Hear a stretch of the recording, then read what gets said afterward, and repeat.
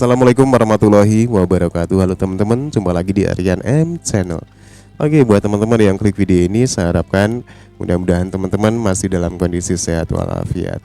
Jangan lupa dukung channel ini dengan cara like juga subscribe.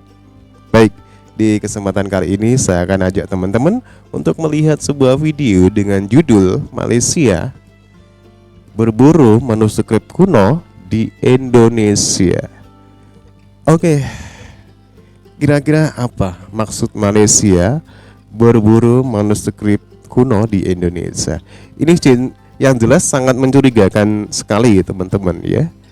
Ini yang jelas sangat mencurigakan sekali ya, karena kita tahu ya Malaysia itu sering banget ya berkoar-koar tentang sejarah peradaban Melayu ya, yang katanya di Malaysia itu yang paling besar ya, yang paling dahulu. Itu kita sering dengar ya, para profesor dan sejarawan ya mengatakan seperti itu. Dan ini ada satu video dengan judul Malaysia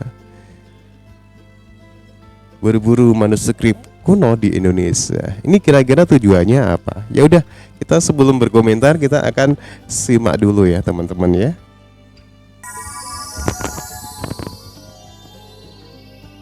Bak agen rahasia, para peneliti Malaysia belakangan ini bergentayangan di pelbagai pelosok Nusantara.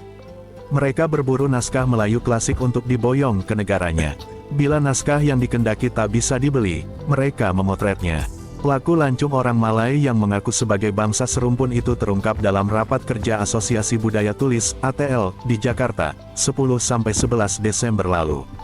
Ditengarai, ratusan naskah Melayu klasik dari Indonesia kini terbang ke Malaysia. Oh gila, nanti diklaim. Naskah tersebut oleh mereka dibuatkan situs tersendiri. Jika kita mau mengakses naskah-naskah itu, harus membayar, kata Al-Azhar, Ketua ATL Riau. Gila Para banget ini ya. dari Malaysia atau Singapura membeli naskah-naskah koleksi perorangan yang mewarisi naskah klasik. Malaysia Para gila. pemburu naskah Melayu dari negeri jiran itu membujuk ahli waris naskah agar sudi menjualnya. Mereka menawarnya hingga belasan juta rupiah untuk setiap naskah. Ahli waris naskah kuno yang taraf ekonominya kurang menguntungkan itu pun tergiur. Salah satu contohnya adalah naskah kuno tentang tata cara pelaksanaan hidup dalam sebuah kerajaan Melayu. Naskah itu adalah catatan harian yang ditulis pemuka masyarakat Pakil, Tanjung Pinang, Provinsi Riau Kepulauan. Seorang peneliti Malaysia dikabarkan membeli naskah itu 12 juta rupiah. Wah, Modus itu, gila. kata Al-Azhar, sekilas tampak bisa dibenarkan. Karena mereka melakukan transaksi jual-beli, tuturnya. Masalahnya, menurut Undang-Undang Perlindungan Cagar Budaya, jual-beli hanya boleh dilakukan masyarakat atau individu pemilik naskah kuno itu kepada kalangan dalam negeri. Jadi, jika menjual ke pihak luar, bisa dituntut secara hukum. Al-Azhar Oke teman-teman ya, ini resikonya kalau seperti ini teman-teman ya, bisa jadi ya ini nantinya diklaim ya bahwasanya ini benar-benar manuskrip milik Malaysia. Itu sudah tidak menutup kemungkinan ya, pasti akan diklaim ya suatu saat nanti ya, terbukti ya setelah mereka membeli, memotret ya manuskrip ini, dibuatkan satu situs yang hanya bisa diakses hanya dengan membayar ya, dengan membayar maksudnya. Nah ini seharusnya bangsa Indonesia harus lebih berhati-hati lagi ini teman-teman ya. Ini bisa diklaim ini ya. menegaskan. Namun faktor ekonomi dan minimnya pengetahuan masyarakat pemilik naskah itu akan nilai historisnya, membuat mereka enteng saja melepas naskah tersebut. Mereka juga tak menyadari bahwa apa yang mereka lakukan itu melanggar hukum, kata Al-Azhar. Modus yang sama terjadi di Sumatera Barat. Dari penelusuran Gatra, terungkap ada 30 lembar naskah yang dijual seharga 150 juta rupiah. Wow gila. Naskah yang diburu Mahal biasanya juga ya. kebudayaan Minangkabau masa lampau, ilmu agama, dan raja atau Nanti teks yang diklaim dianggap oleh masyarakat Malaysia punya mesti. kekuatan magis. Naskah itu lazim ditulis dengan huruf Arab Melayu, yang sebagian besar tak diketahui siapa penulisnya. Ada beberapa naskah-naskah kuno yang telah dibeli secara ilegal oleh Malaysia, kata Muhammad Yusuf, dosen filologi Fakultas Sastra Universitas Andalas, Padang. Naskah yang dibeli orang Malay itu, antara lain, Undang-Undang Minangkabau. Pemburu naskah dari negeri jiran membelinya dari seseorang di Kelurahan Balaigurah, Bukit Tinggi, pada tahun 1984. Di Malaysia, naskah itu ditulis ulang dengan aksara Latin oleh Profesor Dr. Umar Yunus, guru besar ilmu sastra University Malaya, yang kebetulan berasal dari Silingkang, Sumatera Barat, dan telah lama menjadi warga negara Malaysia. Kini naskah Undang-Undang Minangkabau itu menjadi koleksi Perpustakaan Nasional Malaysia. Di antara naskah yang diketahui sudah menyeberang ke Malaysia, yang paling berharga, kata Yusuf, adalah naskah tentang iluminasi. Naskah ini berisi berbagai lukisan dan gambar hiasan pinggir buku. Naskah itu berasal dari tahun 1770 atau abad ke-18. Menurut Yusuf, total ada 371 manuskrip Minangkabau yang berada di luar Sumatera Barat.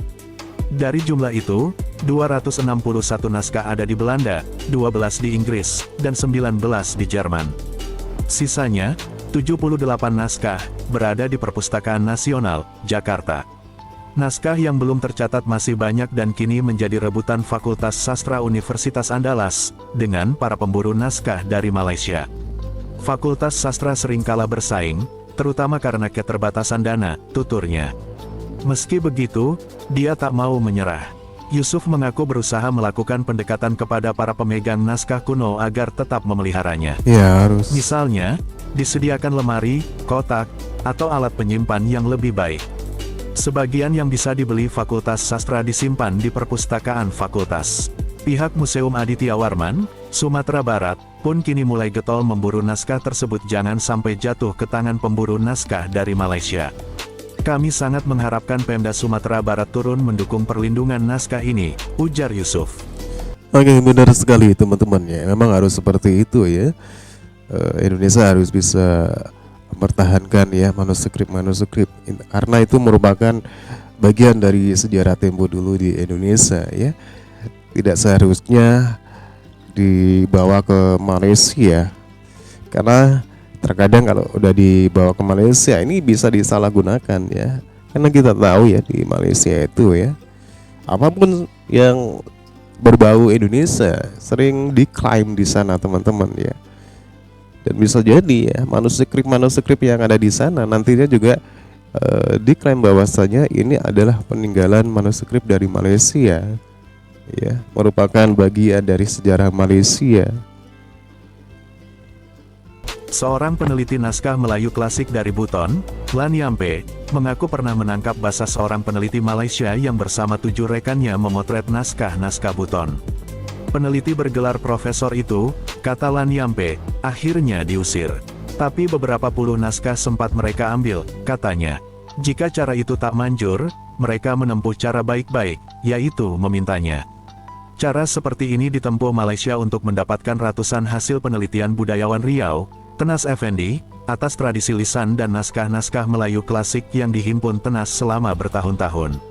Diakui Tenas, naskah-naskah itu memang diminta pihak Malaysia kan untuk dibuat kuno tersendiri atas namanya. Manuskrip. Karena naskah-naskah itu pula, Malaysia memberinya gelar Dr. Honoris Causa. Mereka tak mencuri naskah milik saya, kata Tenas.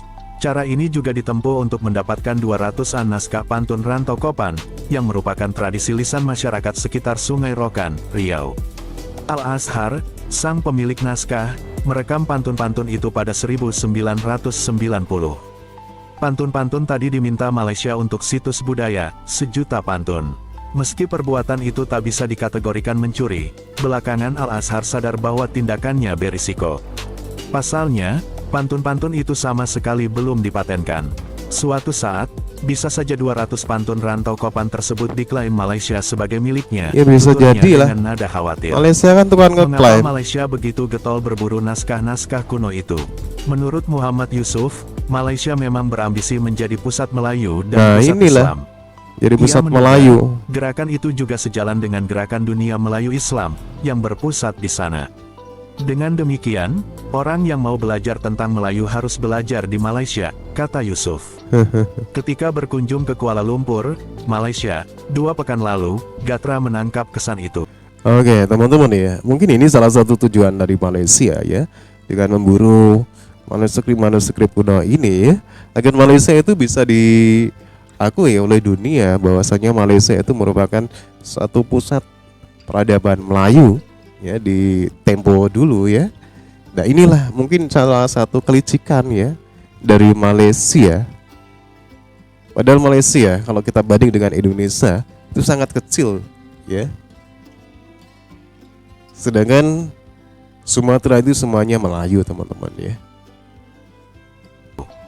Beberapa tokoh setempat yang ditemui Gatra menyebut nenek moyang mereka adalah orang Melayu. Termasuk orang Melayu yang ada di Indonesia, menurut mereka, berasal dari Malaysia. Gila apa? Uniknya, ketika ditanya tentang prototipe orang Melayu dan asal bahasa Melayu, mereka kesulitan menjelaskannya.